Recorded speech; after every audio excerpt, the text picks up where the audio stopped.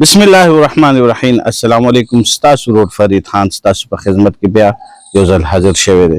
ملګرو، نن 10 اپریل 2026 دی.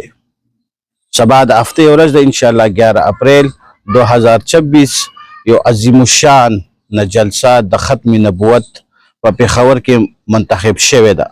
په خپله م انشاءالله راشو او نور ملګري انشاءالله ځان سره راولو، ځکه دا اجتماع دا د رسول الله صلی الله علیه وسلم په ناموس باندې ده.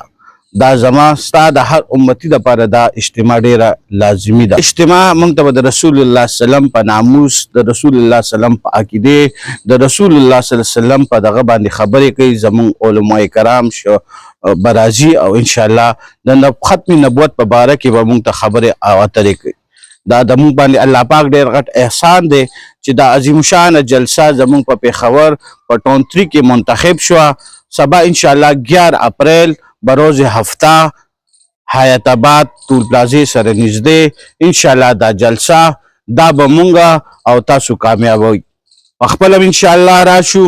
د رسول الله صلی الله علیه وسلم څومره شاهین دی، په خپله راشي او نور ملګري هم ځان سره د اجتماع کې شریک کوي.